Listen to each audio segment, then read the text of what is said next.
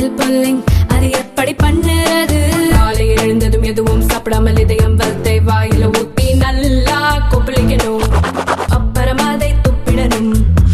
இதுதான் oil pulling.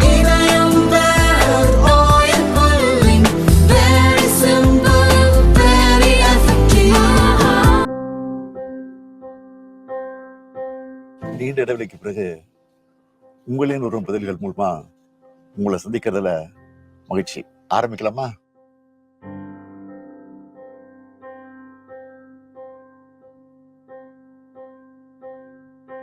தலைவர், முதல்வர், இப்போ அப்பான்னு சொல்றாங்களே.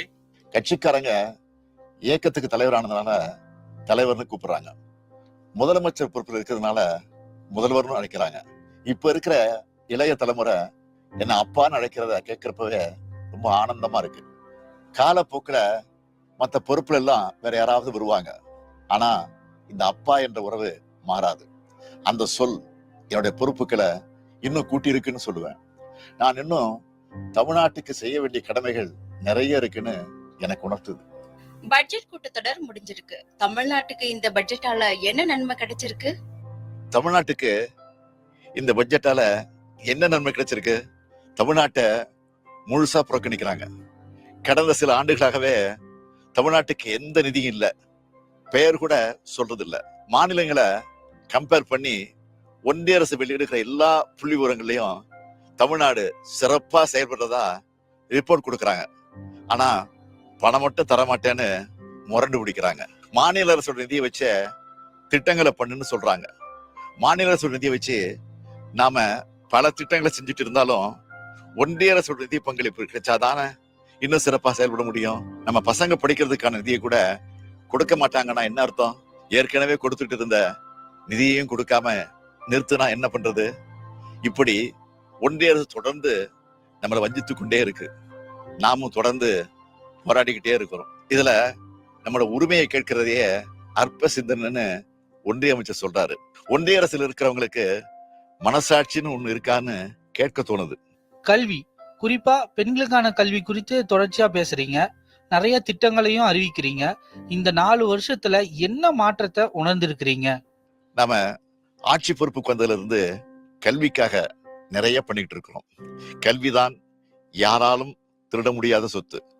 ஒருத்தரோட கல்வி அவருடைய தலைமுறைய முன்னேற்றம்னு தொடர்ந்து மாணவர்கிட்ட நான் சொல்லிக்கிட்டே இருக்கிறேன். அதனாலதான் காலை உணவு திட்டம், இல்லம் தேடி கல்வி, எண்ணும் எழுத்தும், நான் முதல்வன், புதுமை பெண், தமிழ் புதல்வன்னு நிறைய திட்டங்களை செய்யறோம்.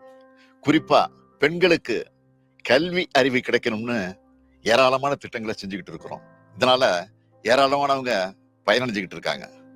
பயனடைஞ்ச பல பேர் பேசுற வீடியோக்களை நீங்களே கூட பார்த்திருப்பீங்க. இந்த திட்டங்களால முன்னேறினவங்க எனக்கு கடிதம் எழுதுறாங்க.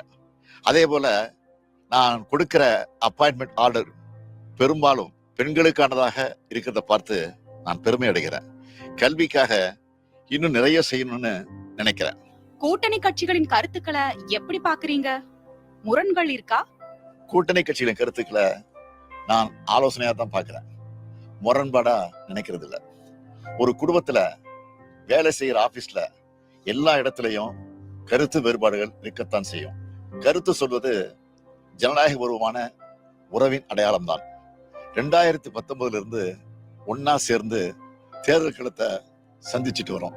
பாஜக எதிர்த்து வெற்றி பெறுவதில் இந்தியாவுக்கே எடுத்துக்காட்டா இருக்கிறது திமுக தலைமையிலான கூட்டணி தான். கருத்து முரண்பாடுகளால எங்க நட்புறவுல எந்த பாதிப்பும் இல்லை. டெல்லி முடிவுகள் இந்தியா கூட்டணிக்கு சம்மட்டி அடின்னு எதிர்கட்சி தலைவர் பழனிசாமி சொல்லியிருக்காரு. நான் ஏற்கனவே சொன்னதுதான்.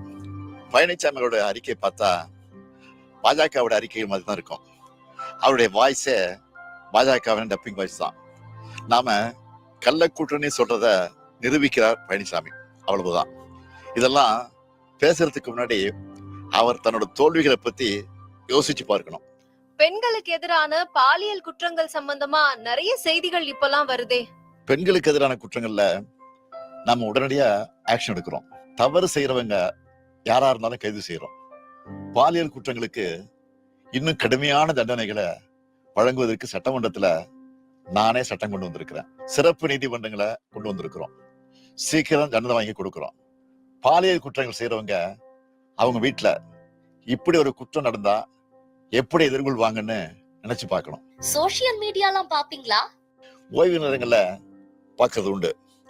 செய்திகளை விட மக்களோட கமெண்ட்ஸ் என்னன்னு பார்ப்பேன். தீயதை விளக்கிட்டு நல்லதை எடுத்துப்பேன்.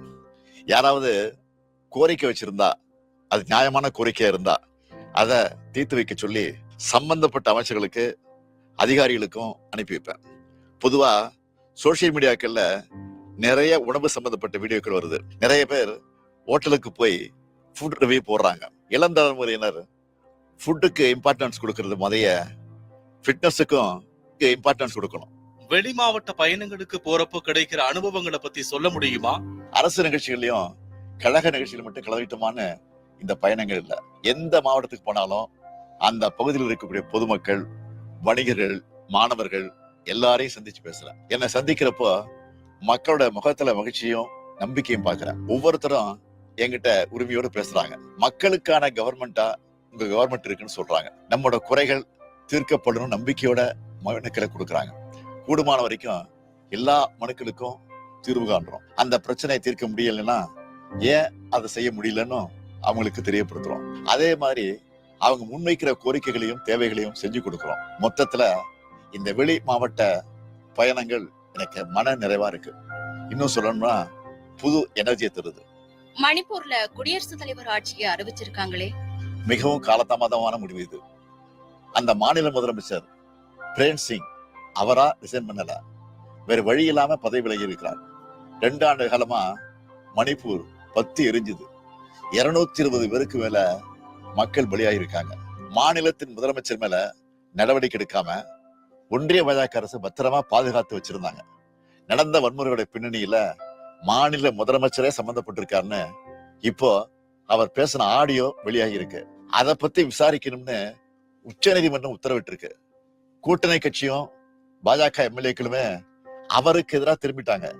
இந்த நிலையில தான் வேறு வழி இல்லாம அவரை ராஜினாமா செய்ய வச்சு குடியரசுத் தலைவர் ஆட்சியை அமல்படுத்தி இருக்காங்க.